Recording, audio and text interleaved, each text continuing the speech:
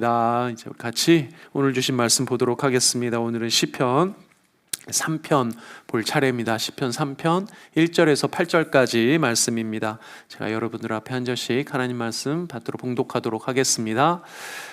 여호와여, 나의 대적이 어찌 그리 많은지요. 일어나 나를 치는 자가 많으니이다. 많은 사람이 나를 대적하여 말하기를 그는 하나님께 구원을 받지 못한다 하나이다. 셀라. 여호와여, 주는 나의 방패시요 나의 영광이시요 나의 머리를 드시는 자이시니이다. 내가 나의 목소리로 여호와께 부르짖으니 그의 성산에서 응답하시는도다. 셀라. 내가 누워 자고 깨었으니 여호와께서 나를 붙드심이로다. 천만인이 나를 애워싸 진친다 하여도 나는 두려워하지 아니하리이다. 여호와여, 일어나소서. 나의 하나님이여, 나를 구원하소서. 주께서 나의 모든 원수의 뺨을 치시며 이를 꺾으셨나이다. 구원은 여호와께 있사오니 주의 복을 주의 백성에게 내리소서. 셀라. 아멘. 오늘은 여호와여 일어나소서라는 제목으로 말씀 드릴 텐데요, 먼저 우리 함께 기도하도록 하겠습니다. 제가 잠깐 기도하고 말씀 같이 듣겠습니다. 주 여호와여, 감사합니다. 이 시간 우리를 깨우시고 주님의 말씀의 자리에 부르셔서 하나님 앞에 설 수 있도록 인도하여 주시니 감사드립니다. 아버지 하나님, 이 아침 이른 시간 주 앞에 나온 우리 성도님들, 또 아버지 하나님 영상으로 주 앞에 서 있는 많은 주의 자녀들, 주께서 아버지 하나님 이 시간 축복하여 주셔서 그 무엇보다도 살아계신 하나님을 이 말씀을 통해 경험하고, 또 아버지 하나님 앞에 온전히 나아올 때 그 주 하나님 앞에 경배하며 예배하며 삶의 자리를 결단할 수 있도록 주께서 은혜 주시고 함께하여 주시옵소서. 성령께서 우리 마음 가운데 역사하여 주시고 삶 가운데 역사하여 주셔서 오직 주의 말씀 따라 살아갈 수 있는 우리 모두가 될 수 있도록 주님 앞에 간절히 기도할 때 주께서 응답하여 주시옵소서. 부족하고 연약한 자 아버지 하나님께서 붙잡아 주시고 존귀하신 주의 말씀만 온전히 전할 수 있도록 주께서 함께하여 주시옵소서. 감사드리오며 존귀하신 예수님의 이름으로 기도드립니다. 아멘. 네, 오늘 시편 3편 이 새벽 예배 시간에 계속 나누는데요, 오늘은 여호와여 일어나소서라는 제목으로 보도록 하겠습니다. 장 칼뱅은 오늘 이 시편 3편을 묵상하면서 이렇게 고백합니다. 실로 우리의 공포를 달래는 유일한 길은 사실상 우리를 괴롭히는 모든 염려를 하나님에게 내맡기는 일뿐이다. 오늘 이 아침에 또 하나님 앞에 또 말씀의 자리에 또 기도의 자리에 오신 여러분들 모두 같은 마음인 줄 믿습니다. 우리의 공포를 달래는 유일한 길, 우리를 괴롭히는 모든 염려를 하나님에게 맡기는 것뿐이다. 그거 외에는 다른 방법이 없다라고 고백합니다. 공포라는 표현까지 썼는데요, 공포스러운 그런 상황까지 아니더라도 정말 내 삶의 모든 것들을 하나님께 온전히 내어 맡겨드리는 참된 신자 되시는 여러분들 되셨으면 좋겠습니다. 오늘 이 시편의 말씀 통해서 여러분들 모든 상황, 모든 형편, 특별히 여러분들 인생 가운데 벌어지고 있는 어떤 어려운 일들이 있다면 오늘 이 시간 하나님께 맡겨드리고 응답하시는 하나님 경험하시는 복된 은혜가 있기를 주의 이름으로 축원합니다. 오늘 이 시편은 다윗이 쓴 시입니다. 우리가 탄원시 혹은 애가라는 이 장르에 속한 시라고 얘기들을 하는데요, 여러분들 말씀 우리 읽을 때 같이 잠깐 보신 것처럼 자신의 어려운, 다윗이 지금 처한 자신의 어려운 처지 상황을 하나님 앞에 올려드리는 시입니다. 어려움을, 또 사실 대적이라는 표현이 나오는데 자신을 어렵게 하는 이들을 두고 탄원하기 때문에 탄원시이고, 또 자신의 슬픈 마음, 또 애통한 마음을 표현했기 때문에 애가라는 표현을 씁니다.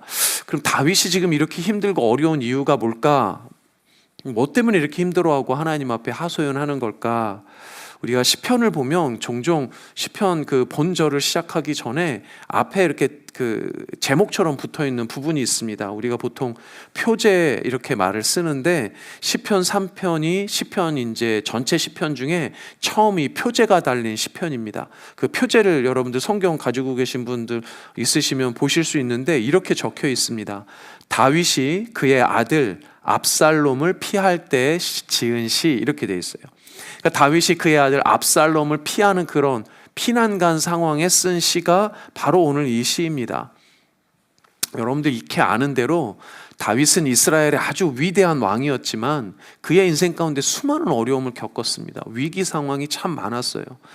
이스라엘의 사실 다윗이 첫 왕이 아니잖아요. 첫 번째 왕이었던 사울이 다윗을 그렇게 시기하고 질투하고 막 쫓아다니면서 죽이려고 합니다. 얼마나 많이 도망 다녔는지 몰라요. 얼마나 많이 도망 다녔는지 심지어는 적국이었던 블레셋에까지 도망을 쳐가지고 거기서 막 미친 척을 할 정도로 아주 절체절명의 위기의 상황이 참 많았습니다. 근데 사실 다윗의 인생에 보면 여러 어려움들 가운데 또 우리가 눈여겨보는 아주 어려웠던 상황은 그의 아주 아꼈던 장수인 우리아의 아내였던 밧세바를 범했던, 간음했던 사건이 있었죠. 사실 그 다른 어떤 사람에 의한 것이 아니라 하나님 앞에선 자기 자신이 가장 자기를 힘들게 했던, 자기가 스스로 자기에게 대적이 되었던 상황이었습니다. 그것을 깨닫게 됐을 때 그의 절망감이 어마어마하게 컸다는 것을 우리가 잘 알고 있습니다. 뭐 외부의 적이든 내부의 적이든 아주 힘든 순간들이 많았는데 그럼에도 불구하고 성경이 그리고 있는 다윗 인생의 가장 절체절명의 위기 순간이다 하고 꼽으면 우리가 보통은 아들이었던 압살롬의 배신, 그 반역의 사건을 듭니다. 오늘 본문의 시편의 배경이 되는 사건이 바로 그 아들 압살롬의 반역이죠. 압살롬은 사실 그 다윗의 아들 중에 큰 아들이 아니었어요. 장자가 아니었음에도 불구하고 사람들 또 심지어는 다윗에게까지도 가장 아낌 받았고 또 가장 총애를 받았던 아들이 압살롬입니다. 사무엘하 14장 25절에 보면 사람들이 압살롬을 이렇게 칭찬합니다. 온 이스라엘 가운데에서 압살롬 같이 아름다움으로 크게 칭찬받는 자가 없었으니 그는 발바닥부터 정수리 끝까지 흠이 없음이라. 야, 외모를 두고 이만한 칭찬받기 힘들죠?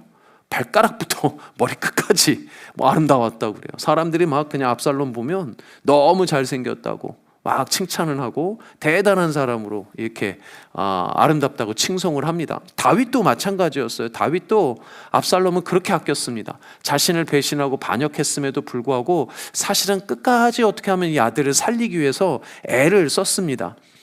그럼에도 불구하고 압살롬은 사실 반역이 실패하죠. 그리고 그 실패한 반역 가운데 끝내는 죽임을 당합니다. 압살롬이 죽었다는 소식을 들었을 때 다윗은 자신을 죽이려고 했었던 그 아들 압살롬의 죽음을 너무나도 슬퍼했어요. 사무엘하 18장 32절에 보면 이 아들 압살롬의 죽음의 소식을 들은 이 다윗의 모습을 이렇게 그리고 있습니다. 왕의 마음이 심히 아파 문 위층으로 올라가서 우니라. 그가 올라갈 때 말하기를 내 아들 압살롬아, 내 아들 압살롬아, 차라리 내가 너를 대신하여 죽었더면 압살롬 내 아들아 하였더라. 이 사람의 어떤 이 감정을 이렇게 적나라하게 드러낸 성경 구절도 그렇게 흔하지 않습니다. 그만큼 처절했던 거죠. 다윗의 마음이 자신을 배신했음에도 불구하고 반역했음에도 불구하고 아들이었던 압살롬의 죽음을 두고 정말 마음이 힘들었던 것 같아요. 그러니까 그런 이 아들 압살롬에 대한 이 애증의 어떤 이런 마음이 온전히 드러난 게 오늘 시편 3편인데 그 중에서도 자기를 맞서 대적으로 일어나 자기를 치고 자기를 죽이고 자기가 세운 자기의 나라를 침탈했었던 압살롬의 이 반역 가운데 처했던 그 다윗의 마음이 오늘 시편의 상황입니다. 근데 얼마나 이 반역 상황이 무서웠냐면 다윗의 군대가 대단했음에도 불구하고 자기 군대들도 다 돌아서서 다윗을 쳤던 압살롬의 군대가 훨씬 더 다윗의 군대보다 많았어요. 그냥 눈으로만 보면 이거 뭐 다윗이 어떻게 할 수 없을 정도로 아주 힘들었던 상황입니다. 그래서 여러분들 오늘 본문 1절, 2절에서 보면 많다라는 단어가 3번이나 등장을 해요. 말씀드린 대로 실제로 다윗의 적으로 일어났던 압살롬의 군대의 숫자가 훨씬 많았습니다. 얼추 보면 눈으로 보기에는 승패가 너무 뻔해요. 압살롬의 군대가 다윗의 성을 완전히 포위했습니다. 승패가 도저히 이건 뭐 이길 수 없는 상황이니까 다윗이 패퇴하여 심지어 성을 버리고 피난을 가게 되죠. 그 피난길의 상황이 얼마나 처절했는지 사무엘하 15장 30절은 이렇게 기록합니다. 다윗이 감람산 길로 올라갈 때, 피난길이에요, 그의 머리를 그가 가리고 맨발로 울며 가고 그와 함께 가는 모든 백성들도 각각 자기의 머리를 가리고 울며 올라가니라. 그 쫓기는 상황의 모습이 이런 거예요. 자기 자신도 신발 신을 새가 없어서 맨발로 도망가고 있어요. 머리를 가리고 슬피 웁니다. 그런데 그런 다윗이 여전히 왕이라고, 왕과 함께 지금 피난을 간 백성들도 있는 거예요. 백성들도 똑같이 그런 모습이에요. 머리를 다 가리고 울며불며 갑니다. 마치 우리나라 예전 그 조선시대 임진왜란 때, 병자호란 때 그 왕궁을 버리고 그 도망을 했었던, 피난했었던 조선의 임금들과 그 백성들의 모습이 마치 아마 더 심하면 더 심했지 더 덜하지 않았을 겁니다. 자기 아들에게 배반당해서 쫓기는 거니 얼마나 힘들었겠습니까? 그런데 그것보다도 더 다윗의 마음을 힘들게 하는 게 있었어요. 그게 오늘 본문 2절의 말씀인데, 이렇게 주변의 사람들이 말합니다. 많은 사람이 나를 대적하여 말하기를 그는 하나님께 구원을 받지 못한다 하나이다. 심지어 네가 그렇게 믿었고 네가 그렇게 따르는 하나님도 널 구원하지 않을 거야. 너 구원 못 받을 거야. 이렇게 말하는 거예요. 이게 새번역 성경에 조금 더 적나라하게 이렇게 적실하게 표현을 하고 있습니다. 나를 빗대어 하나님도 너를 돕지 않는다 하고 빈정대는 자들이 어찌 이렇게도 많습니까? 많은 대적 가운데도 자기를 정말 힘들게 하는 대적들이 누구냐면, 야 너는 하나님께 구원 못 받을 거야 하고 빈정대는 거예요. 비아냥거리는 거예요. 이 비아냥을 듣는 다윗의 속이 얼마나 문드러졌겠어요? 세상 모든 사람이 다 아니라고 해도 사실 신앙인은요, 하나님만 내 편이면 되는 거예요. 하나님이 내 편에 서 있다라는 확신만 있으면 사실 괜찮거든요. 그런데 그 믿음이 흔들리니까 주변에 비아냥거리는 소리 들리는 거예요. 야, 네 하나님 어디 있냐? 야, 하나님 너 보지도 않아. 네가 대단하게 믿는 그 하나님, 야, 너 구원하지 않을 거야. 이런 소리가 사실은 우리 믿음이 이렇게 든든할 때는 사실 안 들리거든요. 근데 우리 마음이 힘들고 어려우면 이런 얘기가 막 들리는 거예요. 이게 정말 이 하나님 이거 살아계신 거 맞는 거야? 하나님 정말 나를 도우시는 거 맞는 거야? 이게 혼란스럽고 힘든 것만큼 신앙인을 힘들게 하는 게 없다는 거예요. 그런데 사랑하는 여러분, 여러분의 믿음과 상관없이 하나님은 살아계세요. 언제나 살아계세요. 여러분들 반드시 도우세요. 믿으시는 여러분들 되시길 바랍니다. 아멘. 이 절체절명의 순간에 다윗의 믿음이 위대한 건 그런 비아냥거리는 소리 다 무시하고, 그럼에도 불구하고 이렇게 고백하는 겁니다. 3절에 고백하죠. 여호와여, 주는 나의 방패시요 나의 영광이시요 나의 머리를 드시는 자신이다. 이렇게 고백을 하는 겁니다.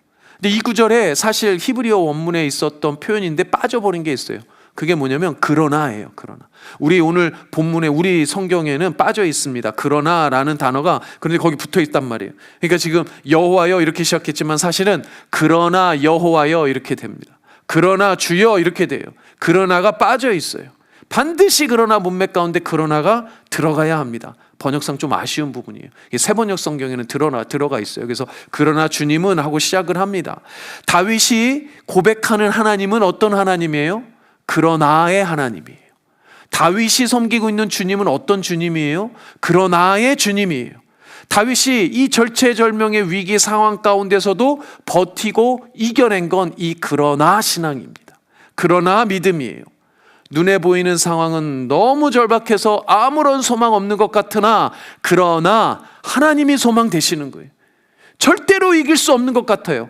그러나 승리하시는 하나님이 나의 편이시고, 아무런 도움이 없는 것 같아요. 그러나 그 도우시는 하나님이 나의 편 되어주셔서 나의 모든 상황을 도와주신다는 거예요.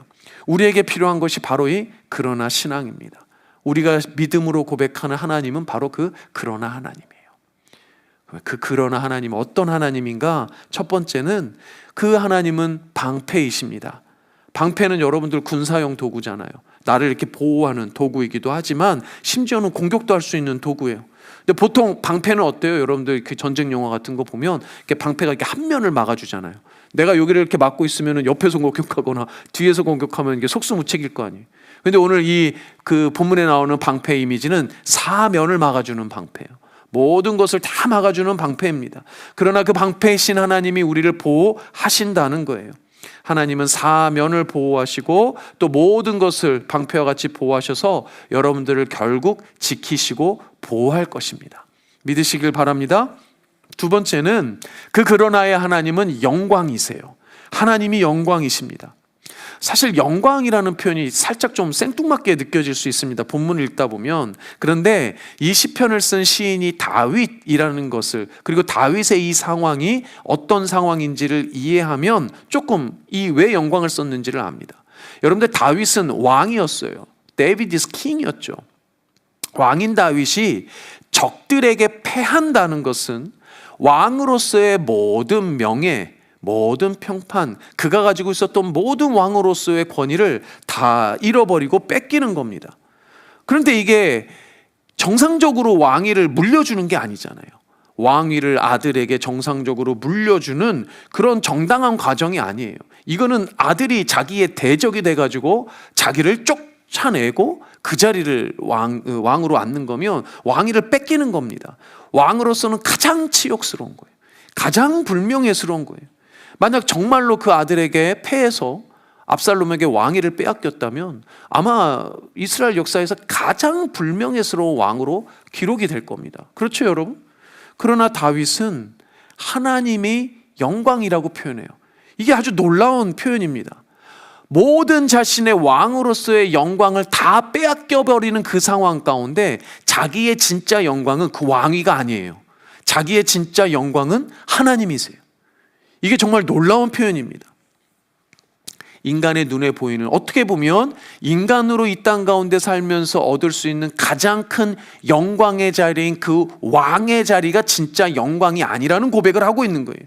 사실 그 왕의 영광마저도 누가 준 겁니까? 하나님이 주신 거라는 고백이에요.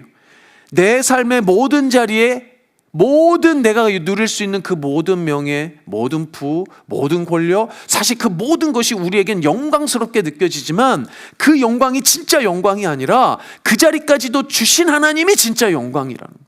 다윗의 고백은 바로 지금 그겁니다. 왕의 자리조차 하나님께서 주셨기 때문이다. 참된 영광은 아버지 하나님이신 여호와 하나님이시다. 내 인생의 모든 명예, 모든 평판, 모든 가치, 모든 부와 권력들, 사실은 그거 모두 다 하나님께서 주신 하나님의 영광이다라는 고백을 지금 이 자리에서 하고 있는 겁니다. 그 사랑하는 여러분, 여러분들 삶에도 그 무엇을 하나님이 주셨든 그게 너무나도 대단해 보이는 거든 혹은 심지어 너무나도 별 볼 일 없어 보이는 거든 그 무엇도 하나님께서 주신 거라면 그 모든 것이 다 영광될 줄 믿습니다. 세 번째, 다윗이 고백하는 그러나의 하나님은 자신의 머리를 드시는 하나님이세요. 오늘 본문에서 그렇게 고백합니다. 여호와께서는 나의 머리를 드시는 분이다. 사실 머리를 든다라는 표현은 일반적으로 절망에서 벗어나 희망을 갖게 되는 걸 의미합니다. 사실 지금 다윗은 절망의 상황이죠. 희망이 필요한 거예요. 그런데 전쟁의 상황이잖아요. 전쟁의 상황에 절망은 뭡니까? 패배죠. 희망은 뭡니까? 승리입니다. 그러니 여호와 하나님께서 나의 머리를 들어주신다라는 것은 나로 하여금 승리케 하신다는 거예요. 근데 이건 상식적으로는 지금 이 시편의 상황과 맞지 않습니다. 왜냐하면 다윗이 지금 패배해서 피난길에 있어요. 이건 뭐 그냥 눈으로 보기에는 절대로 승리할 수 없는 패배의 상황인 겁니다. 그럼에도 불구하고 다윗은 그 전능하신 하나님을 통해, 여호와 니시의 하나님을 통해 진짜 승리가 기다리고 있다는 것을 보고 있는 거예요. 이게 어떻게 보면 다윗의 진짜 위대함입니다. 다윗은 세속의 눈이 아닌 영의 눈을 가지고 참으로 승리하신 하나님의 결국 승리를 눈으로 보고 있는 거예요. 구약의 시대 모든 이스라엘 백성들 끝내는 망해버렸잖아요. 그러나 그 망함 이후에, 패망 이후에, 포로 생활 이후에 그들의 인생 가운데, 그들의 인류 역사 가운데 하나님께서 약속하여 주신 승리의 예수 그리스도를 믿는 거예요. 다윗은 지금 결국 승리하게 하시는 그 여호와 하나님의 승리를 보고 있는 겁니다. 예수 그리스도의 십자가를 보고 있는 거죠. 우리에게도 바로 그 믿음이 필요할 줄 믿습니다. 우리의 영의 눈이 띄어서 이 땅이 마지막이 아닌 그 땅을 넘어간 영원한 생명의 땅이 있다는 것, 영원한 하늘이 있다는 걸 믿는다면 이 땅의 어떤 상황도 견뎌낼 수 있지 않겠습니까? 그런 승리의 눈을 갖는 우리가 되었으면 좋겠습니다. 그런데 사실 이 세 가지의 하나님보다 오늘 이 시편에서 그리는 다윗의 하나님이 더 대단한 하나님이 있어요. 그게 뭐냐면 4절의 하나님입니다. 4절에 다윗은 이렇게 노래합니다. 내가 나의 목소리로 여호와께 부르짖으니 그의 성산에서 응답하시는도다. 아멘. 다윗이 부르짖고 기도하면 응답하시는 하나님이 저기 멀리 어디에 있는 하나님이 아니에요. 다윗이 어떤 상황 가운데 있어도 기도하고 부르짖으면 응답하시는 하나님이에요. 사실 이 시편 전체에서 짧은 시편이지만 4절부터 7절까지가 몸통 부분이에요. 몸통이 이 내용이 본문 주제 이게 그 안에 담겨져 있어요. 근데 그 몸통 내용을 가만 보면 다윗의 기도에 응답하시는 하나님을 그리고 있습니다. 사실 우리가 이 자리에 여러분들 하나님을 예배하러 오고 또 말씀 들으며 무엇보다도 기도할 수 있는 이유가 바로 이 부분에 있어요. 여러분의 삶에 어떤 문제를 가지고 왔더라도 하나님께 기도하고 구하면 응답하세요. 응답하세요. 그리고 응답하시는 그 하나님을 확신하는 그 다윗의 그 마음이, 그 신앙이 진짜 그러나 하나님의 진 면목이라는 겁니다. 응답하시는 하나님에 대한 간구가 그 마지막 몸통 부분인 7절에 이렇게 말합니다. 여호와여 일어나소서, 나의 하나님이여 나를 구원하소서. 주께서 나의 모든 원수의 뺨을 치시며 악인의 이를 꺾으셨나이다. 할렐루야. 여호와여 일어나소서 하고 구하는 거예요. 나를 구원하소서. 나를 대적하는 저 대적을 물리치시고 그 원수의 뺨을 치시고 이를 꺾어버리시는 거예요. 그 모든 하나님의 이 구원하다, 이를 꺾다, 악인의 뺨을 치다, 이 모든 구원의 그 다윗의 간구에 여호와의 행동, 여호와의 응답이 나타나잖아요. 그 여호와의 응답의 결정판이 뭐냐면 바로 일어나다라는 동사예요. 왜냐하면 시편 전체에 보면 다윗의 대적이 일어났거든요. 다윗을 대적하는 대적들이 다윗 주변에 일어났습니다. 여러분들 문제 상황이 일어나요. 여러분들 문제가 일어났어요. 여러분들 삶에 어떤 문제가 발생했어요. 그러면 여러분들 가장 먼저 어떤 행동을 취합니까? 내가 일어나는 거죠. 내가 막 방법을 강구하는 거예요. 내가 일어나서 그 문제를 어떻게든 해결하려고 해요. 이게 우리의 본성입니다. 언제나 내가 앞서요. 내 대적을 내가 일어나서 치려고 합니다. 하나님보다 먼저 일어나는 거죠. 그런데 다윗은 반대였어요. 이게 다윗의 신앙입니다. 먼저 하나님에게 일어나소서 하고 요청하는 거예요. 나를 대항해서 일어난 그 모든 대적들을 맞서서 이기는 자는 내가 아니라 하나님이시라는 믿음이 여기에 담겨져 있는 겁니다.